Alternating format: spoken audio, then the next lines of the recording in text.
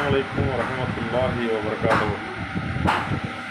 மனிதன் உலகத்தில் வாழ்வது தன்னுடைய முயற்சியை கொண்டு, உழைப்பை கொண்டு உலகத்தில் வாழ்வதற்கான அத்தியாவசிய தேவைகளான உணவு, உண்பதற்கு உணவும், தங்குவதற்கு வீடும், உடுத்துவதற்கு உடையும், இதற்காக மனிதன் உழைக்க வேண்டும், கஷ்டப்பட வேண்டும், தன்னுடைய திறமையை கொண்டு வாழ்க்கையை மேற்கொள்ள வேண்டும். இதற்கு தான் மனிதன் வாழ்கின்றான். மனிதன் என்பது வீணாக அல்லாஹ் மனிதர்களை படைக்கவில்லை. மனிதன் தன்னுடைய திறமையை கொண்டு வாழ்க்கையில் முன்னேற வேண்டும். அதற்கு தான் மனிதன் வாழ்கின்றான். தன்னுடைய திறமையை அனைத்து இடத்திலும் காட்ட வேண்டும்.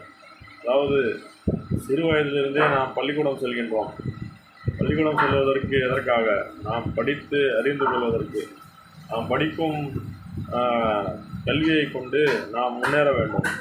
நாம் படிக்கும் கல்லூரியில் சென்று நாம் எடுக்கின்ற பாடம் நம்முடைய வேலைக்கு தகுந்த ஒரு பாடமாக இருக்க வேண்டும்.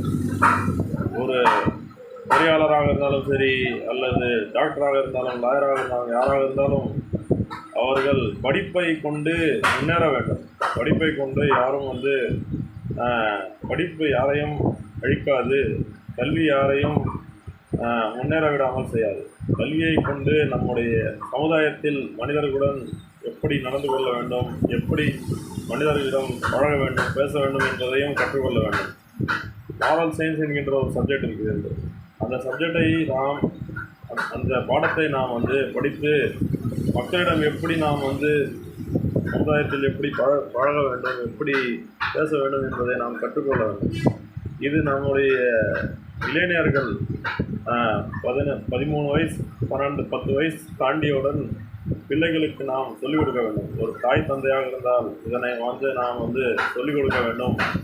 அவர்கள் இறைவனையும் நம்ப வேண்டும், உலக கல்வியையும் நம்ப வேண்டும், மனித சமுதாயத்தையும் நம்ப வேண்டும்.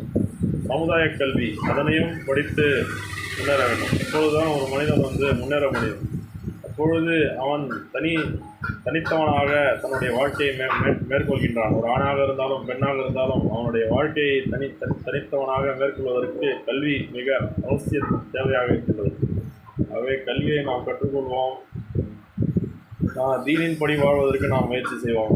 ஐவேளை தொழுகை அல்லாஹ் நமக்கு கொடுத்திருப்பது அதுவும் ஒரு கல்விதான்.